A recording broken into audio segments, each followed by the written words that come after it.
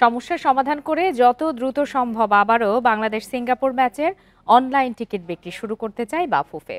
এবার সাইবার আক্রমণ ঠেকাতে বাড়তি সতর্ক ফেডারেশন নিয়োগ দিয়েছে সাইবার সিকিউরিটি টিম। টিকিট কেনা নিয়ে বিড়ম্বনায় ক্ষোভ প্রকাশ করেছেন ভক্তরা। এই ঈদে জামা জুতো অ্যাক্সেসরিজের ডিসকাউন্ট।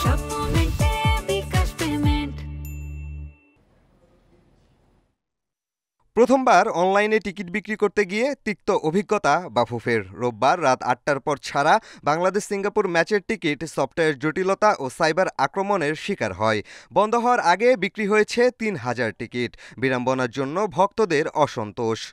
আল্লাহ জানে যে কোন টাইমটা ওনাদের টিকিটটা অ্যাভেলেবেল ছিল। আমরা কালকে সারাদিন রাত ২টা-৩টা অবধি আমরা ট্রাই করছি কাটার জন্য, কিন্তু আমরা টিকিট আনঅ্যাভেলেবেল। অনেক রিকোয়েস্ট যেহেতু সার্ভারের মধ্যে আসবে, সার্ভার ডাউন হবেই, তার আগে থেকে আসলে প্রিপারেশন নেওয়া দরকার ছিল। অনলাইন যদি না করে যদি সরাসরিভাবে এটা হ্যান্ড ওভার করতো, টিকিটটা একটা কাউন্টার বসাইতো, তো ওইটা আমার মনে হয় বেটার ফিল হইতো। আবারও প্রক্রিয়া স্বাভাবিক করে দ্রুতই টিকিট বিক্রি শুরু করতে চায় বাফুফে। এবার নিরাপত্তা নিয়ে বাড়তি সতর্কতারা নিয়োগ দিয়েছে সাইবার সিকিউরিটি টিম। আমাদের দুটো অ্যাটাক হয়েছিল এই ওয়েবসাইটে, একটা বনানী থেকে ছিল, একটা বাড্ডার থেকে ছিল। আমাদের যে সাইবার সিকিউরিটি এক্সপার্ট থেকে আমরা নিয়োগ করেছি, আমরা বিশ্বাস করি ওরা বাংলাদেশে বেস্ট। আর ওনারা যে পরামর্শ দিচ্ছে, ওনারা যে গাইডলাইন দিচ্ছে, ওটা আমাদের বিশ্বাস হলো এটার গাইডলাইন যদি আমরা ফলো করি, অ্যাটলিস্ট আমাদের যে বাকি টিকিট অংশ যেটা বিক্রি করতে হবে, ইনশাআল্লাহ আমরা বিক্রি করতে পারবো সাকসেসফুলি।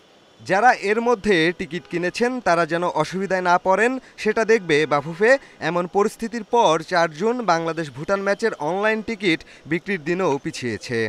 কিছু টিকিট মিসম্যাচ হয়ে গেছে ইমেলের সাথে। আমরা একটা ফিজিক্যাল অডিট করব, একটা ফরেনজিক অডিট করে দেখব কোন টিকিটগুলি মিসম্যাচ হয়েছে, কার পেমেন্ট হয়েছে, ওই পেমেন্টের এগেন্সে অ্যাকাউন্ট প্লাস টিকিট ম্যাচ করে নাকি, করে আমরা চেক করব। যদি কারো কোনো ভুল ত্রুটি হয়ে থাকে আমরা কারেকশন করবো। এটা ভুটান ম্যাচের টিকিটটা আমরা 2 দিন পিছিয়ে দিয়েছি, আজকে দেওয়ার কথা ছিল, যেহেতু আমাদের একটা ঝামেলা চলছেন, এটা মিটিগেট করে আমরা ভুটান ম্যাচেরটা ছাড়বো। সিঙ্গাপুরের বিপক্ষে এশিয়ান কাপ বাছাইয়ের জন্য প্রাথমিক দল ঘোষণা ২৮ মে। একদিন পর বাফুফেকে জাতীয় স্টেডিয়াম বুঝিয়ে দেবে এনএসসি। পিয়াস সাহা, ইন্ডিপেন্ডেন্ট নিউজ, ঢাকা।